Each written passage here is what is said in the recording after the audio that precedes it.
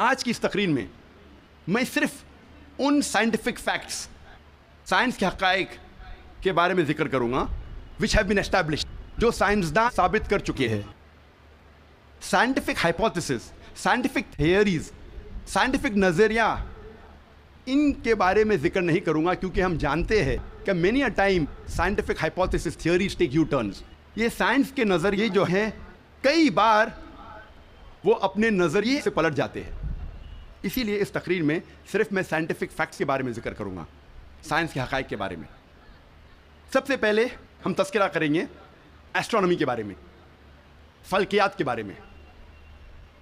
35 سے 40 سال پہلے کچھ سائنسداں نے تحقیق کی ایک موضوع پہ، تخلیق کائنات، مطلب کریشن آف دی یونیورس، اور ان سائنسداں نے کہا کہ ہماری کائنات سب سے پہلے ایک پرائمری نیبولا تھا، بنیادی گولا، ابتدائی گولا۔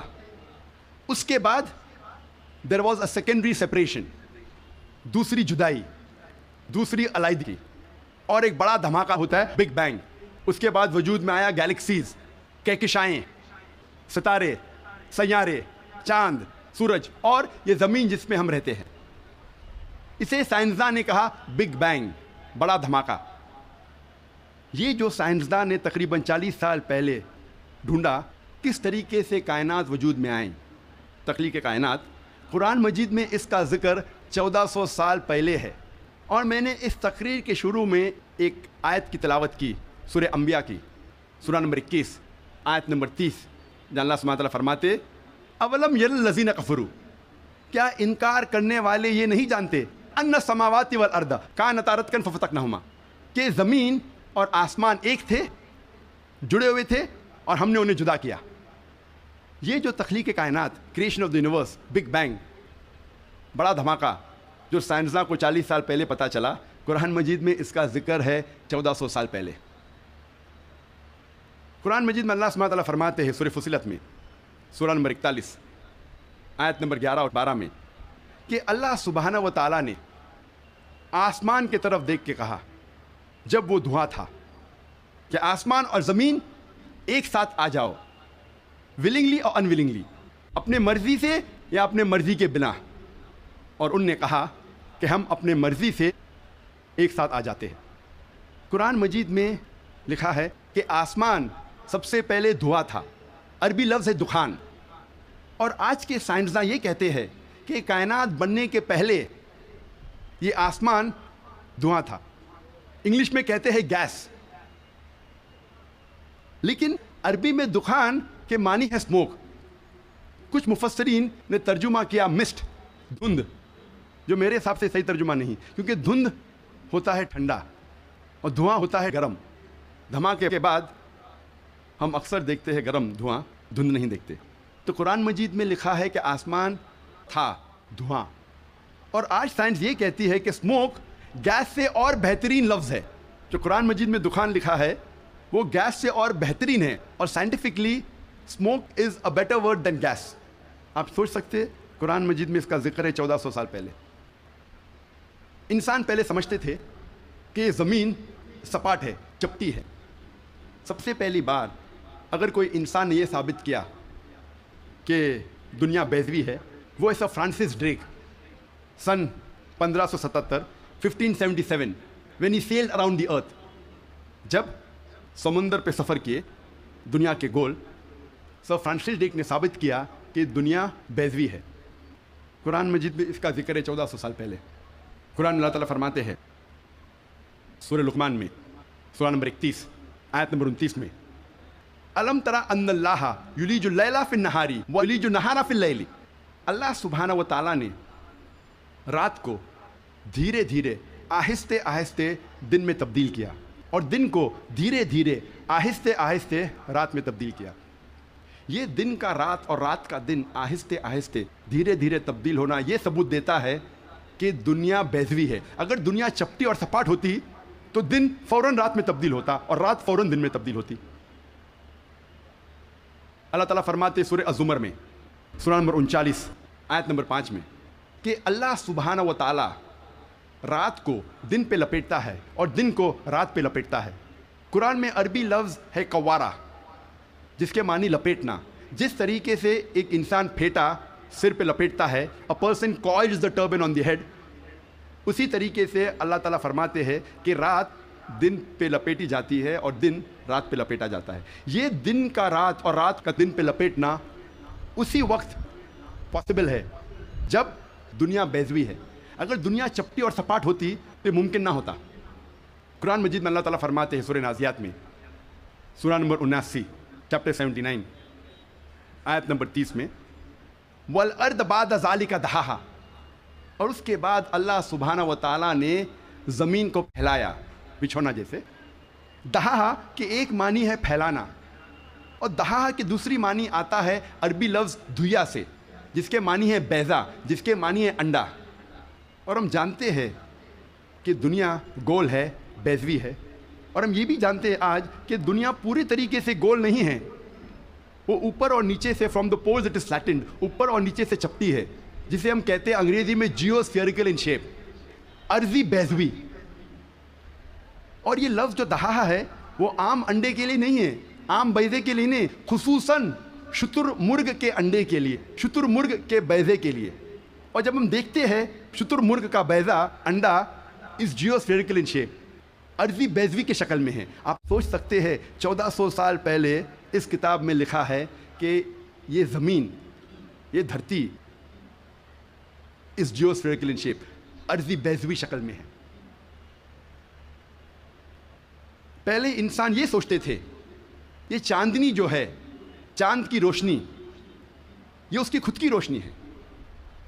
چند صدی پہلے ہمیں پتہ چلا کہ چاند کی روشنی، چاندنی اس کی خود کی روشنی نہیں ہے، یہ سورج کی لی ہوئی روشنی ہے، سورج کی منعکس شدہ ریفلیکٹڈ لائٹ ہے، بوروڈ لائٹ ہے.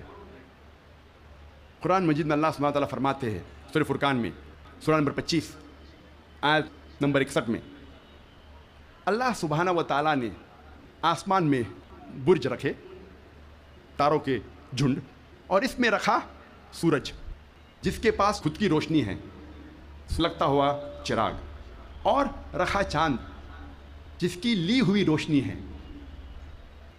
قرآن میں سورج عربی میں کہا گیا ہے شمس، اور اس کی روشنی کو کہا گیا ہے سراج، وہاج اور دیا، جس کے معنی ہے سلگتا ہوا چراغ یا مشال یا دیا.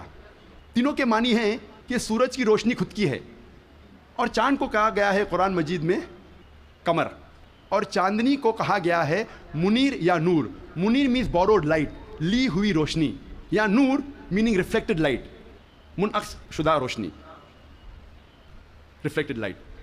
آپ سوچ سکتے قرآن مجید 1400 سال پہلے کہتا ہے کہ یہ چاندنی خود کی روشنی نہیں ہے، چاند کی لی ہوئی روشنی ہے. اور اس کا ذکر سورہ فرقان سورہ نمبر 25 آیت نمبر 61 کے علاوہ سورہ یونس میں سورہ نمبر 10 آیت نمبر 5 میں، اور سورہ نوح میں سورہ نمبر 71 آیت نمبر 15 اور 16 میں. پہلے سائنسداں یہ سمجھتے تھے کہ زمین کائنات کا مرکز ہے اور باقی سیارے، چاند اور سورج زمین کے گول گھوم رہے ہیں، چکر لگا رہے ہیں. اسے کہتے تھے تھیوری آف جیو سینٹرزم، زمین کو مرکز سمجھنے کا نظریہ. اور یہ لوگ 2 صدی سے، ٹولمی کے وقت سے مانتے تھے، 16ویں صدی تک، جب تک کوپرنیکس نے کہا کہ زمین کے گول چاند اور سیارے نہیں چکر لگا رہے ہیں، لیکن سورج کے گول زمین، چاند اور باقی سیارے چکر لگا رہے ہیں، گھوم رہے ہیں.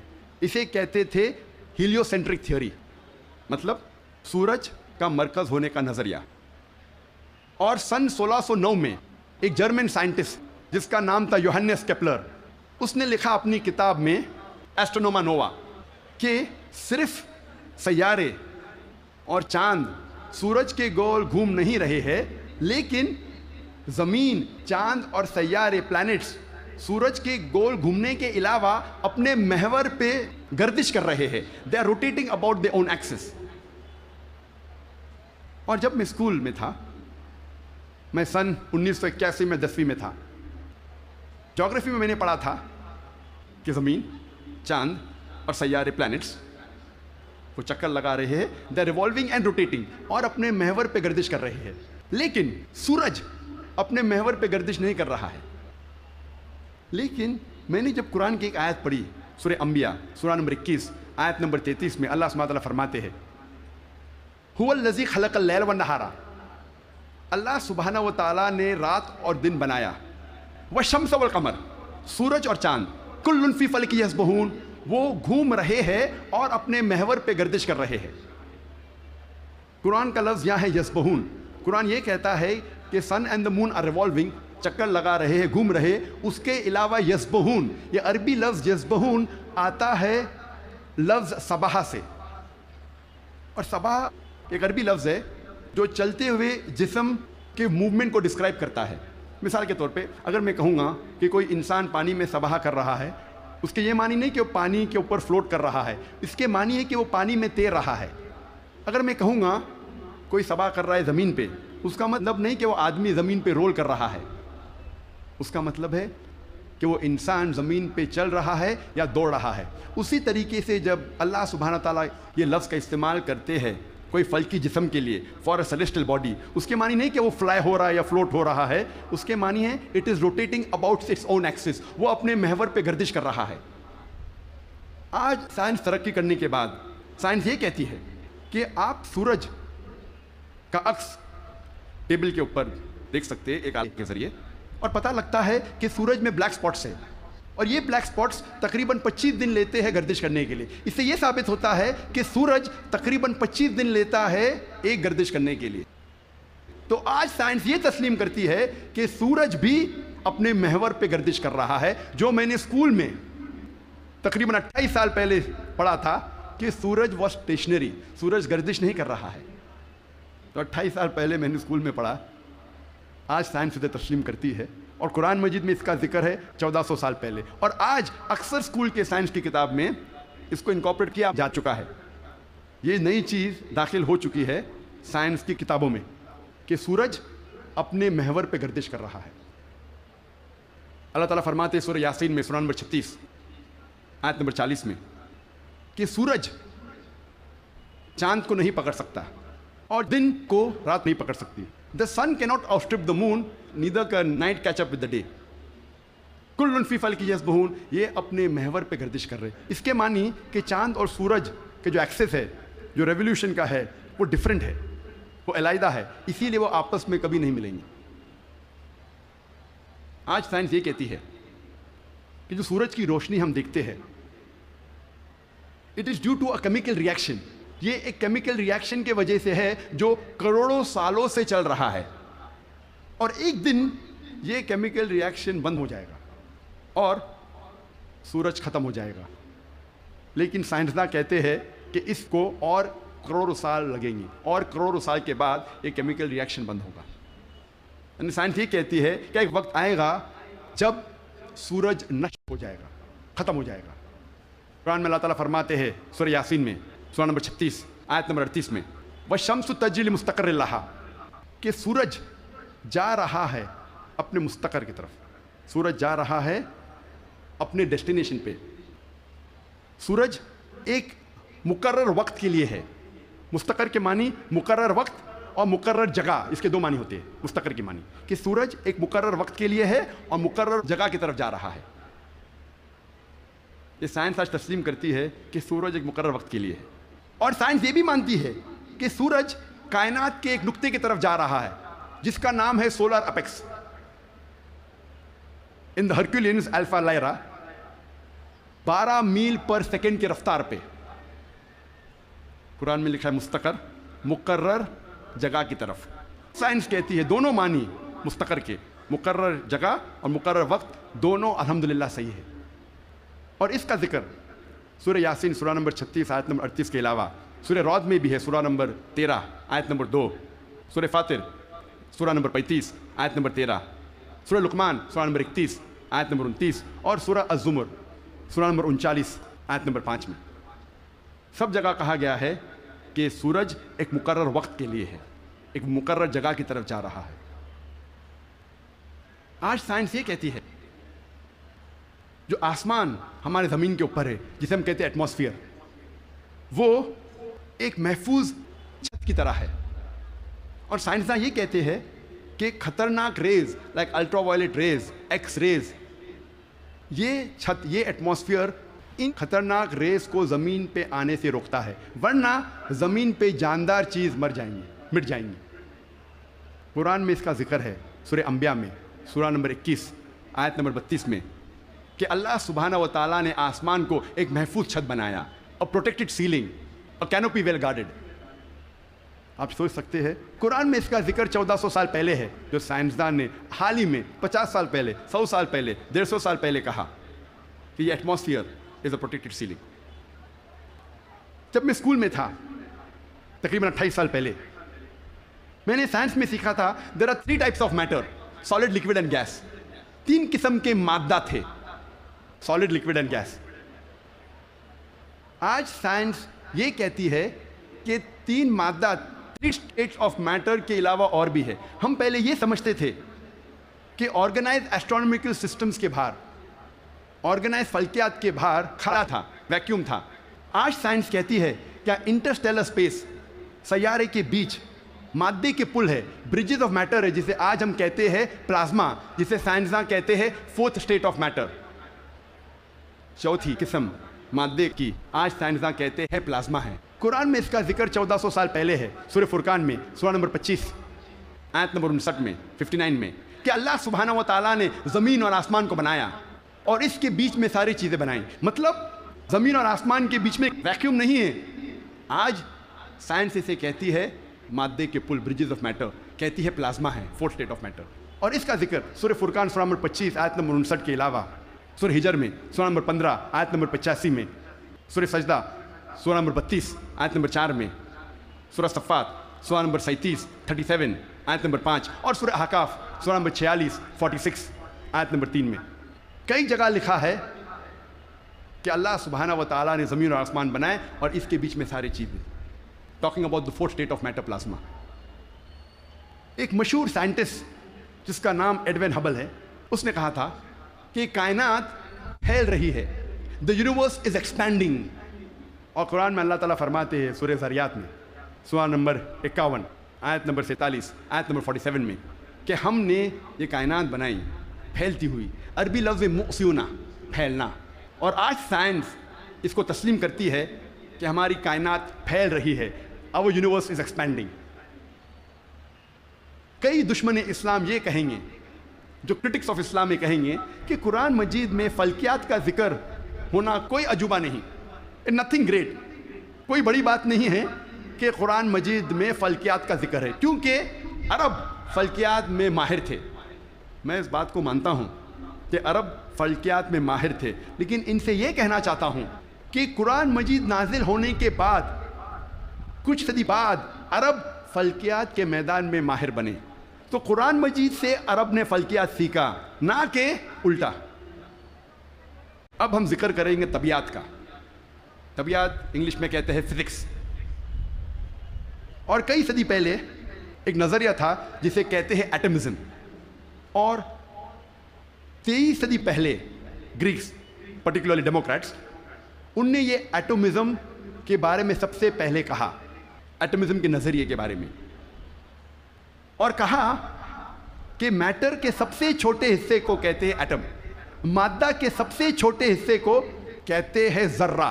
عربی اور اردو میں ایٹم کو کہتے ہیں ذرہ. اور اس وقت انسان یہ سوچتے تھے کہ ذرے کو تقسیم نہیں کیا جا سکتا. آج سائنس ترقی کرنے کے بعد ہم مانتے ہیں کہ atom is the smallest part of matter having the characteristics of the element. ذرہ مادے کا سب سے چھوٹا حصہ ہے جو ایلیمنٹ کے کیریکٹرسٹکس رکھتا ہے، لیکن یہ ذرہ تقسیم کیا جا سکتا ہے انٹو پروٹونز، الیکٹرونز، نیوٹرونز.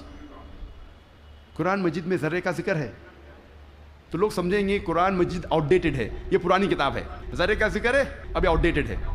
قرآن میں ذرے کا ذکر ہے، لیکن ذرے کے آگے کیا لکھا ہے وہ بھی ہمیں دیکھنا چاہیے. قرآن مجید میں لکھا ہے سورہ سبا میں، سورہ نمبر 34 آیت نمبر 3 میں، کہ انکار کرنے والے جب کہیں گے کہ وہ گھڑی کبھی بھی نہیں آئے گی، آخرت کے بارے میں، قیامت کے بارے میں، وہ گھڑی کبھی نہیں آئے گی، تو اللہ تعالیٰ فرماتے کہو ان سے ضرور آئے گی.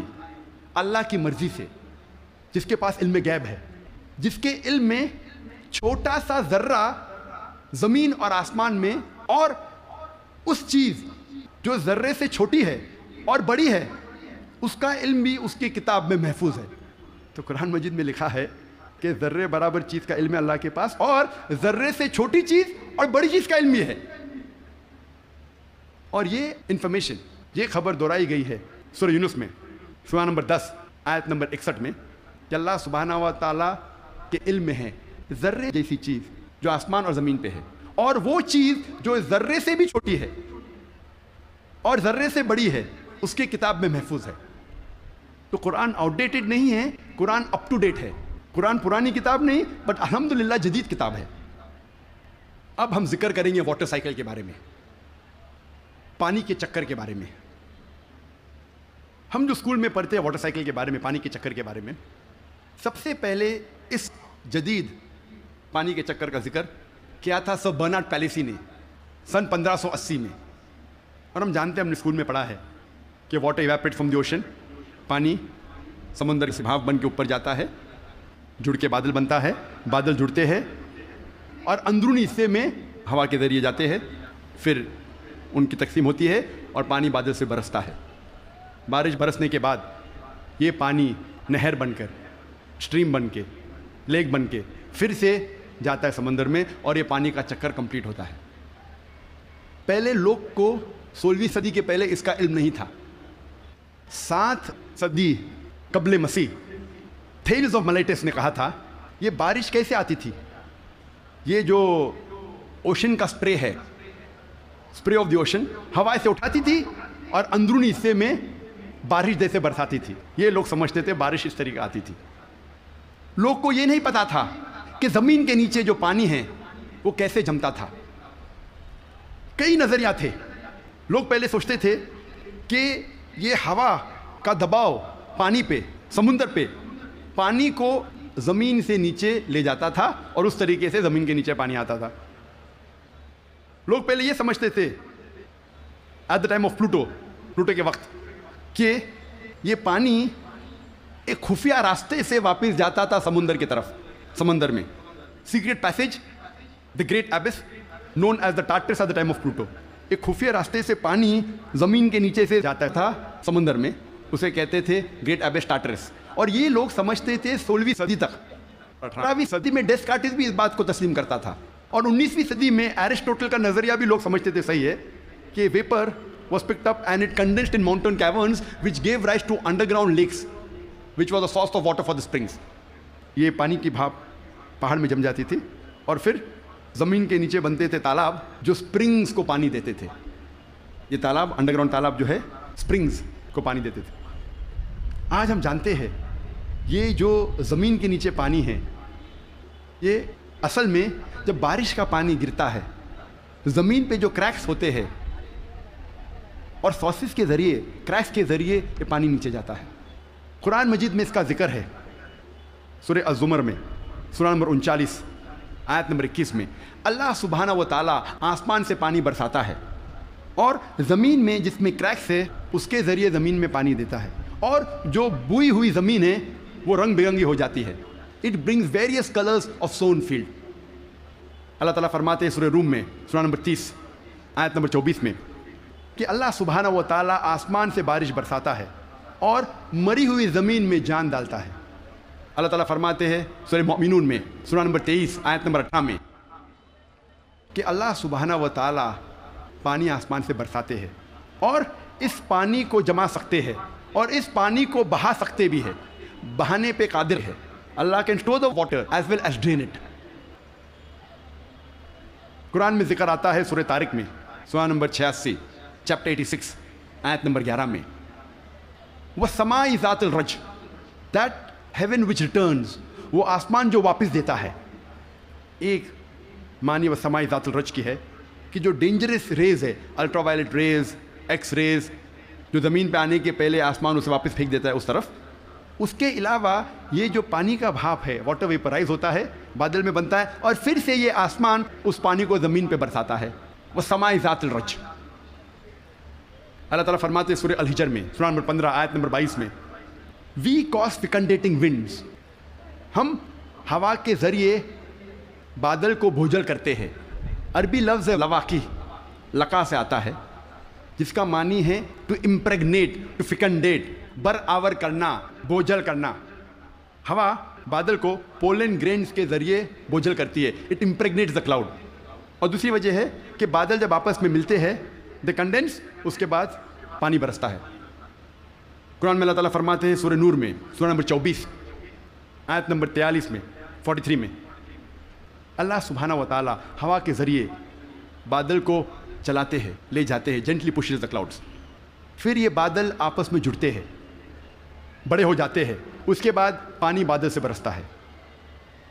اللہ تعالیٰ فرماتے ہیں سورہ روم میں، سورہ نمبر 30 آیت نمبر 48 میں، اللہ سبحانہ و تعالیٰ ہوا کے ذریعے بادل کو ہلاتے ہیں اور لے جاتے ہیں اندرونی حصے میں. اس کے بعد بادل کو چھوٹے چھوٹے حصے میں تقسیم کرتے ہیں، اس کے بعد پانی بادل سے برستا ہے.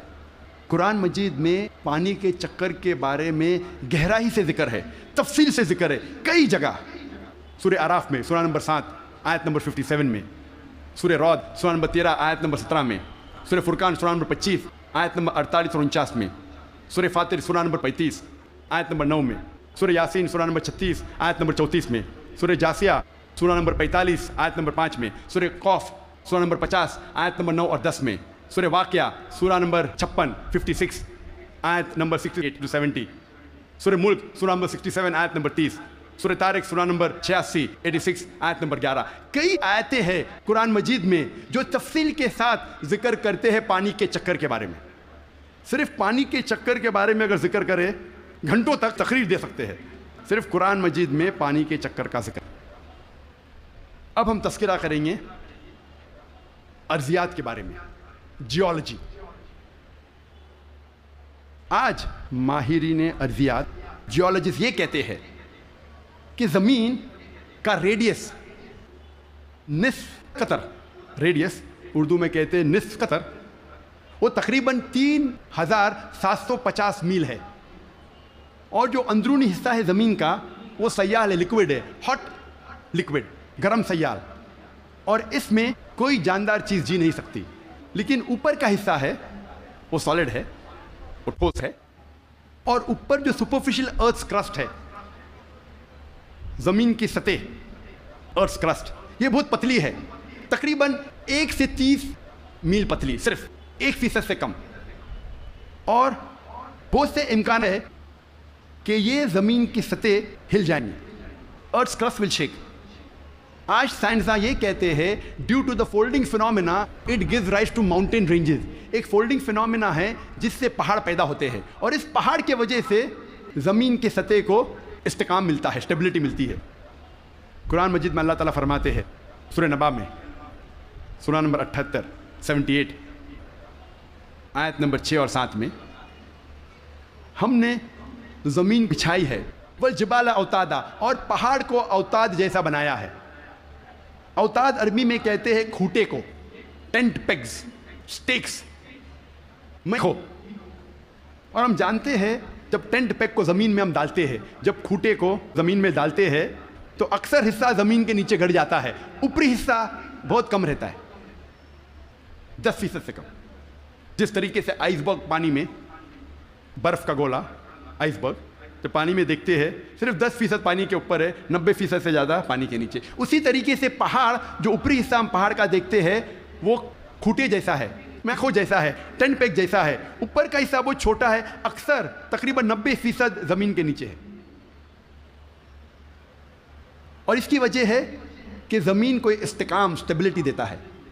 قرآن مجید میں اللہ تعالیٰ فرماتے ہیں سورہ نازیات میں، سورہ 79 آیت نمبر 32 میں، اور سورہ غاشیہ سورہ نمبر 88 آیت نمبر 19 میں، ہم نے پہاڑ کو زمین سے مضبوطی سے بنایا ہے. We have placed on the earth mountain standing firm. زمین پہ ہم نے پہاڑ مضبوطی سے بنایا ہے. ارضیات میں، جیولوجی کے میدان میں ایک بہت اہم کتاب ہے جو اکثر دنیا بھر جب جیولوجی کے سبجیکٹ میں اسے گائیڈ مانا جاتا ہے، اس کتاب کا نام ہے ارتھ، زمین. اور اس کے ایک لیکھک، ون آف دا آتھرس، اس کا نام ہے ڈاکٹر فرینک پریس، جو USA کے سائنس اکیڈمی کے پریزیڈنٹ تھے. اور ex president of USA Jimmy Carter کے سائنس ایڈوائزر تھے. ڈاکٹر فرینک پریس ارتھ کتاب میں پہاڑ کا نقشہ بناتے ہیں اور دکھاتے ہیں کہ پہاڑ کے جڑ زمین کے نیچے ہے ویج شیپ, اور لکھتے اپنی کتاب میں کہ پہاڑ کا اہم مقصد ہے کہ زمین کو استحکام دینا, to give stability to the earth. اور قرآن میں ہو بہو وہی ذکر ہے 1400 سال پہلے سورہ انبیاء میں سورہ نمبر 21 آیت نمبر 31 میں, سورہ نحل سورہ نمبر 16 آیت نمبر 15 اور سورہ لقمان سورہ نمبر 31 آیت نمبر 10 میں, کہ ہم نے زمین پر پہاڑ جما کے رکھا ہے تاکہ زمین نہ ہلے. تو قرآن میں لکھا ہے پہاڑ کا اہم مقصد ہے زمین کو ہلنے سے بچانا, to give stability to the earth, to prevent the earth from shaking. آپ سوچ سکتے ہیں قرآن مجید میں 1400 سال پہلے اس کا ذکر ہے, اور سائنسدان نے آج کل حال ہی میں 50 سال پہلے 100 سال پہلے 200 سال پہلے اسے تسلیم کیا, اور قرآن میں اس کا ذکر 1400 سال پہلے ہے. اب ہم تذکرہ کریں گے علم بحر کے بارے میں, اوشنوگرافی کے بارے میں. اور اوشنوگرافی کے فیلڈ میں قرآن مجید میں اللہ سبحانہ تعالیٰ فرماتے ہیں سورہ فرقان میں سورہ نمبر 25 آیت نمبر 53 میں 53 میں, اللہ سبحانہ و تعالیٰ نے 2 قسم کے پانی بنائے ہیں, ایک پینے والا اور میٹھا اور دوسرا کھارا اور کڑوا, اور دونوں کے بیچ اللہ نے ایک برزخ بنایا ہے, بنا دکھنے والا ایک ویل, ایک پردہ. عربی میں لفظ برزخ, برزخ کے معنی پردہ. جس طریقے سے انسان مرتا ہے اور واپس سے قیامت مٹنے کے پہلے ہم کہتے ہیں برزخ میں ہے, انسین, جو دیکھے نہیں جا سکتا ہے وہ زندگی. قرآن میں کہا گیا برزخ, نہ دیکھے جانے والا پردہ. قرآن میں پھر سے اس کا ذکر ہے سورہ رحمان میں سورہ نمبر 55 آیت نمبر 19 اور 20 میں, جو آج ہمارے ننھے سے قاری نے اس کی تلاوت کی. مرج البحرین یلتقیان بینہما برزخ الابغیان, کہ اللہ سبحانہ و تعالیٰ نے 2 قسم کے پانی بنائے جو آپس میں ملتے ہیں, لیکن ان کے درمیان ایک برزخ ہے, ان کے درمیان ایک پردہ ہے. لوگ پہلے جانتے تھے کہ 2 قسم کے پانی ہیں, کھارا اور میٹھا, کھارا پانی میٹھا پانی, لیکن مفسرین قرآن یہ نہیں سمجھ پاتے تھے اللہ تعالیٰ کیا کہنا چاہتا ہے جب کہتا ہے کہ کھارے اور میٹھے پانی کے درمیان برزخ ہے. پانی آپس میں ملتا ہے لیکن یہ ایک دوسرے سے گھل مل نہیں سکتا. کھارا پانی اور میٹھا پانی ملتا ہے لیکن ان کے درمیان برزخ ہے تاکہ ایک پانی دوسرے پانی میں مل نہیں سکے. تو مفسر قرآن یہ سمجھ نہیں پاتے تھے اللہ تعالیٰ کیا فرمانا چاہتا ہے. آج جو سائنس ترقی کرنے کے بعد اور علم بحر کے بارے میں ہم آج اور جانتے ہیں, جب پروفیسر ہے جو USA کے مشہور ماہر ہے علم بحر میں, یہ سائنٹسٹ نے کہا کہ اس کے معنی ہیں آج ہم جانتے ہیں کہ جب بھی میٹھا پانی کھارے پانی میں جاتا ہے, بہتا ہے, وہ میٹھا پانی اپنی مٹھاس کو کھو دیتا ہے اور کھارا بن جاتا ہے, اور اس کے درمیان دیر از اے ٹرانزیشنل ہوموجنائزنگ ایریا, جو عربی میں قرآن میں لکھا ہے برزخ, ایک پردہ. آج جو سائنس نے جانا, قرآن مجید نے 1400 سال پہلے لکھا کہ کھارے اور میٹھے پانی کے درمیان ہے ایک پردہ. یہ پانی ملتا ہے لیکن آپس میں گھل مل نہیں سکتا. They meet but they do not mix. اور سب سے بہترین مثال جو ہم آنکھ سے دیکھ سکتے ہیں وہ ساؤتھ افریقہ میں, in the southern part, in the Cape area, دونوں کھارا اور میٹھا پانی ملتا ہے. ہم دیکھ سکتے, ہم یہ بھی دیکھتے کہ دونوں پانی کا رنگ الگ ہے. یہ مثال ہم ایجپٹ, مصر میں بھی دیکھ سکتے ہیں. جب river Nile flows into the Mediterranean sea, river Nile بہتی ہے میڈیٹرینین سی میں. اور سب سے بہترین مثال ہے گلف اسٹریم, جو ہزاروں میلوں تک چلتی ہے. گلف اسٹریم شروع ہوتی ہے گلف آف میکسیکو میں, نارتھ ورڈ جاتی ہے towards the east coast of North America, پھر جاتی ہے eastward towards the west coast of Europe. ہزاروں میل بہتی ہے, دونوں پانی لیکن علیحدہ ہے, دے آر سپریٹ, ڈسٹنکٹ. اگر آپ کشتی میں سفر کر رہے ہیں اس گلف اسٹریم کے کنارے پہ, اور پانی ایک طرف سے لیں گے اور پانی دوسرے طرف سے لیں گے, تو پتہ چلتا ہے ایک پانی میٹھا ہے ایک کھارا. اس کی حرارت, اس کی ٹیمپریچر بھی ڈیفرنٹ ہے. قرآن مجید میں اس کا ذکر ہے 1400 سال پہلے. میں اور ایک مثال پیش کروں گا قرآن مجید میں علم بحر کی. کچھ عربوں نے قرآن مجید کی ایک آیت لی, سورہ نور کی, سورہ نمبر 24 آیت نمبر 40, اور اس کا ترجمہ پیش کیا پروفیسر درگا راؤ کے پاس. پروفیسر درگا راؤ اس وقت کنگ عبدالعزیز یونیورسٹی جدہ میں پڑھاتے تھے اور وہ ماہر تھے علم بحر میں. He was a Marine geologist. اور ترجمہ پیش کیا اور کہا آپ کا اس قرآن کی آیت پہ کیا خیالات ہے۔ قرآن مجید میں لکھا ہے سورہ نور میں سورہ نمبر 24 آیت نمبر 40 میں کہ انکار کرنے والوں کے ذہن کی کیفیت ایسی ہے جس طریقے سے سمندر کے گہرائی میں اندھیرے پر اندھیرا، موج پر موج، لہر پہ لہر، اس کے اوپر بادل، جب انسان اپنے ہاتھ کو آگے کرتا ہے وہ دیکھ نہیں سکتا۔ اللہ جسے روشنی نہیں دیتا وہ دیکھ نہیں سکتا۔ یہ آیت کا ترجمہ سننے کے بعد پروفیسر درگا راؤ نے کہا کہ یہ عام سمندر کا ذکر نہیں ہے، یہ ایک گہرے سمندر کا ذکر ہے۔ اور پہلے انسان یہ نہیں جانتا تھا کہ سمندر کی گہرائی میں اندھیرا تھا۔ سینکڑوں سال پہلے، 100-200 سال پہلے جب سب مرین ایجاد ہوئی اور جب انسان سمندر کی گہرائی میں گیا تب انہیں پتہ لگا اور تب محسوس ہوا کہ سمندر کی گہرائی میں اندھیرا ہے۔ عام انسان 20 میٹر سے زیادہ جب سمندر میں اندر جاتا ہے تو وہ تیر نہیں سکتا، اور 200 میٹر سے زیادہ اندر جائے گا بنا کوئی آلہ کے، بنا کوئی ایکوپمنٹ کے، تو انسان مر جائے گا۔ آج سب مرین کے ذریعے ہم انڈر واٹر جا سکتے، ہمیں پتہ چلتا ہے کہ سمندر کی گہرائی میں اندھیرا ہے۔ پروفیسر درگا راؤ نے کہا اندھیرا 2 وجہ کے لیے ہے۔ سب سے پہلی وجہ ہے جب روشنی پانی میں داخل ہوتی ہے، روشنی کی کرن، تو ایک کے بعد ایک رنگ پانی میں جذب ہوتا ہے۔ آج سائنس یہ کہتی ہے کہ روشنی کی کرن 7 رنگ سے بنی ہوئی ہے، وب گیور، وائلٹ، انڈیگو، بلو، گرین، یلو، اورنج اور ریڈ۔ وائلٹ، انڈیگو، بیگنی، بلو، نیلا، گرین، ہرا، یلو، پیلا، اورنج، نارنگی، ریڈ، لال۔ سب سے پہلے 10 یا 15 میٹر پانی کے نیچے لال رنگ جذب ہو جاتا ہے، اسی لیے انسان اگر پانی میں 30 میٹر کی گہرائی پہ جاتا ہے، اگر اسے چوٹ لگتی ہے اور خون بہنے لگتا ہے تو وہ انسان اپنے خون کا لال رنگ دیکھ نہیں سکے گا۔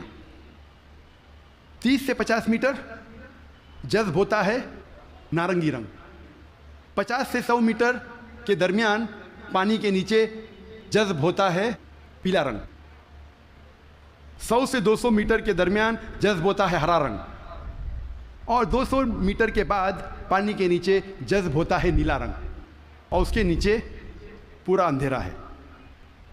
قرآن مجید میں لکھا ہے انکار کرنے والے کی ذہن کی کیفیت، انکار کرنے والے جو خدا کا انکار کرتے ہیں، جو خدا میں نہیں مانتے، اللہ سبحانہ وتعالیٰ میں نہیں مانتے، انکار کرنے والے کی ذہن کی کیفیت ایسی ہے جس طریقے سے گہرے سمندر میں اندھیرا پہ اندھیرا، لہر پہ لہر، اس کے اوپر بادل۔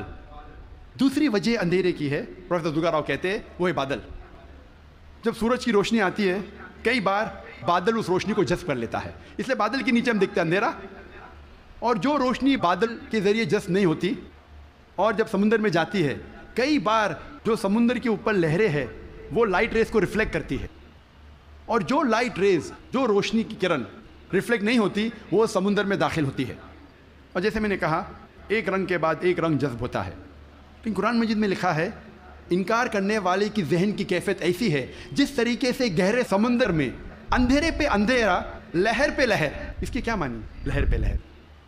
ہم انسان جانتے تھے کہ سمندر کے اوپر لہر ہے، لیکن سن 1900 میں ہمیں پتہ لگا کہ سمندر کے نیچے بھی لہر ہے، اسے کہتے ہیں انٹرنل ویوز، اندرونی لہر، جو ڈفرینشیٹ کرتی ہے superficial part of the ocean کو deep part of the ocean سے۔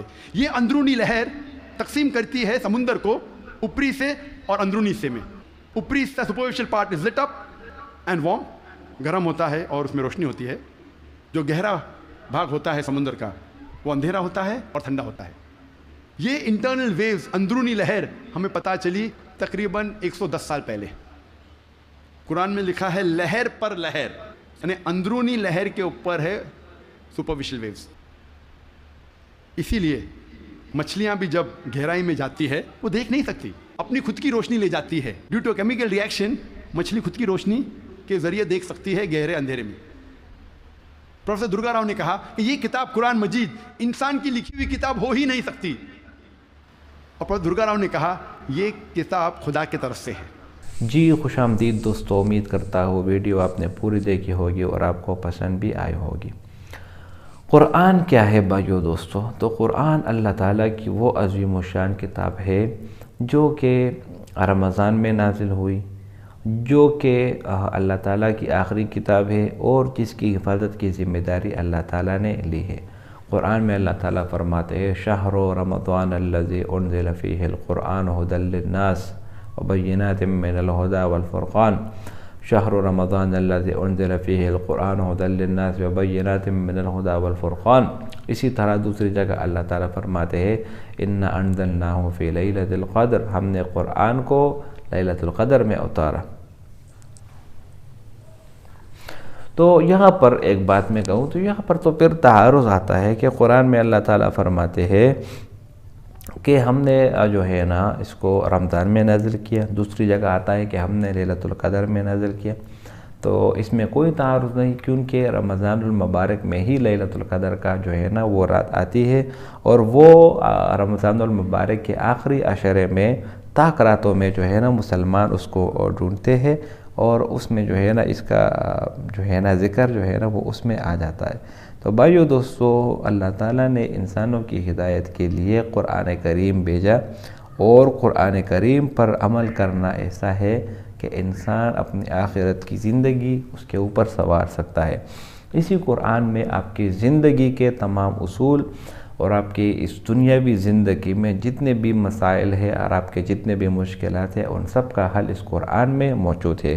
قرآن میں اللہ تعالیٰ فرماتے ہیں لا تقنطوا من رحمت اللہ، کہ اللہ کی رحمت سے نا امید مت ہونا۔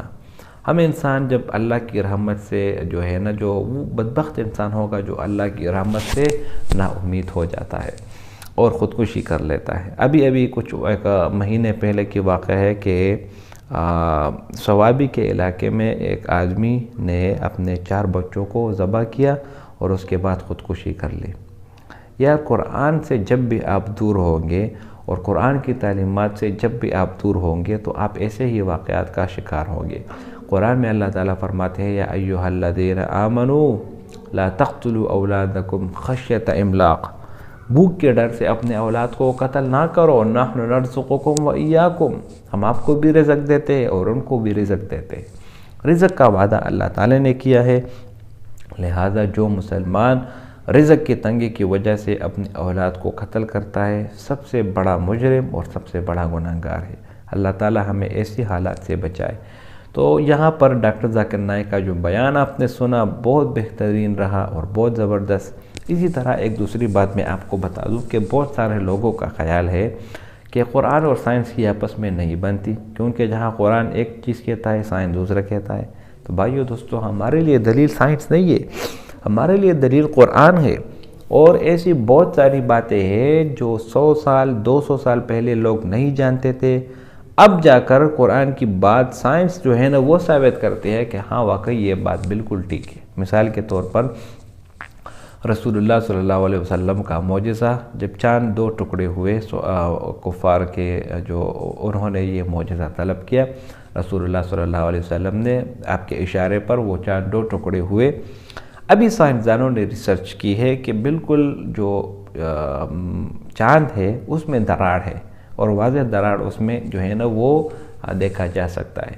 اسی طرح جو بگ بینگ کی تھیوری ہے وہ ابھی آئی ہے تقریباً 100 سال پہلے یا 150 سال پہلے، جبکہ قرآن نے 1400 سال پہلے اس کا ذکر کیا۔ اولم یر الذین کفروا ان السماوات والارض کانتا رتقا ففتقناہما۔ تو ایسے بہت ساری باتیں ہیں جو قرآن نے 1400 سال پہلے کہی اور سائنس اب جا کر ان کو ثابت کر رہی ہے۔ تو سائنس ہمارے لیے کوئی دلیل نہیں ہے، ہمارے لیے دلیل قرآن مجید ہے، لیکن بہت سارے لوگ ابھی بھی یہ مانتے ہیں کہ سائنس اور قرآن ان دونوں میں تضاد ہے۔ یہ غلط بات ہے، بلکہ ہمارے لیے دلیل وہ صرف اور صرف قرآن مجید کی ہے۔ اور قرآن کی جو ہے نا اس کی عزت کا اندازہ آپ اس بات سے لگائیے کہ خود اللہ تعالیٰ قرآن میں فرماتے ہیں اِنَّا نَحْنُ نَزَّلْنَا الذِّكْرَ وَإِنَّا لَهُ لَحَافِظُونَ، ہم نے یہ ذکر نازل کیا اور ہم ہی اس کی حفاظت کریں گے۔ تو قرآن کی حفاظت کی ذمہ داری اللہ تعالیٰ نے لی ہے، اور اس میں قیامت تک کوئی تبدیلی نہیں آئے گی۔ اس کے کوئی حرف میں یا اس میں کوئی اپنے آپ سے حرف نہ ہی زیادہ کرے گا نہ ہی کم کرے گا۔ اور 1400 سال گزرنے کے باوجود ماشاءاللہ قرآن کی جو حفاظ ہے اس میں اضافہ بھی ہو رہا ہے اور اس میں کوئی تبدیلی بھی نہیں آئی۔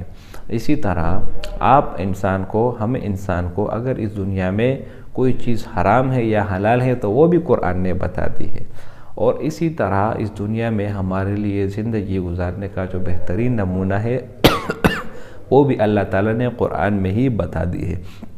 قرآن میں اللہ تعالیٰ فرماتے ہیں لَقَدْ كَانَ لَكُمْ فِي رَسُولِ اللَّهِ أُسْوَةٌ حَسَنَةٌ، کہ بے شک آپ کے رسول کی زندگی آپ کے لیے بہترین نمونہ ہے۔ تو قرآن اور سائنس کے متعلق جتنے بھی اعتراضات ہیں اس کے اوپر بہت بڑی بڑی کتابیں بھی لکھ چکی ہیں، آپ گوگل سے بھی ریسرچ لے سکتے ہیں۔ اسی طرح ڈاکٹر ذاکر نائک نے بھی بہت بہترین جو ہے نا اس کی نشاندہی کی۔